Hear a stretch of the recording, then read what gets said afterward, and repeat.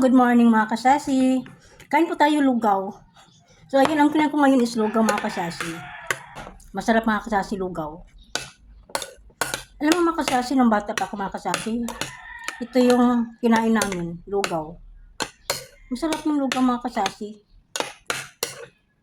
Kapag talagang sanay ka na sa ganitong pagkain, hindi ka na mahirapang kumain. Yung mga taong hindi sanay kumain ng lugaw, mahirapan silang kumain ng lugaw. Tayo naman kasi, sanay na tayong kumain ng lugaw. Kaya, para sa atin, masarap na ito mga kasasi. The best yung lugaw mga kasasi. Sarap. Ito lang itlog. Kahit hindi mo nagigisahin, pwede naman gisahin nyo. Sa akin mga kasasi, ayoko nang gisahin yung lugaw. Kung gusto ko yung walang gisa, yung bang pinakuluan lang ng pinakuluan na ng tubig. So, ayan. Masarap ang lugaw mga kasasi. Napakasarap.